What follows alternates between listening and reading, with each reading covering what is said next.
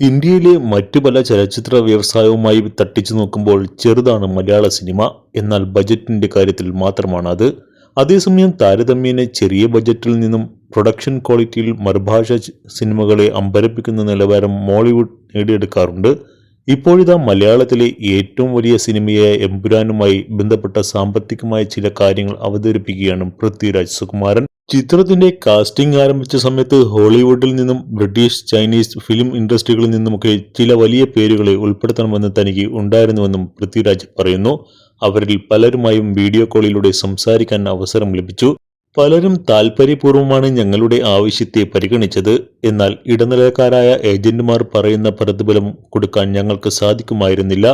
ഈ സിനിമയ്ക്ക് പരമാവധി എത്ര വരെ മുടക്കാമെന്ന് എനിക്ക് കൃത്യമായി ധാരണയുണ്ടായിരുന്നു. ചിത്രത്തിൽ മോഹൻലാൽ ₹1 പോലും പ്രതിഫലമായി വാങ്ങിയില്ലെന്നും പൃഥ്വിരാജ് പറയുന്നു. പൃഥ്വിരാജും അങ്ങനെ ആയിരുന്നെന്ന് ഒപ്പമുണ്ടായിരുന്ന മോഹൻലാലും പറഞ്ഞു. ചിത്രത്തിലെ സാങ്കേതിക പ്രവർത്തകരും അഭിനയിച്ച വിദേശ താരങ്ങൾ ഉൾപ്പെടെയുള്ളവരും തങ്ങളുടെ വിഷനും ശ്രമവും മനസ്സിലാക്കി പ്രതിഫലം നോക്കാതെ ഒപ്പം നിൽക്കുകയായിരുന്നുവെന്നും പൃഥ്വിരാജ് കൂട്ടിച്ചേർത്തു.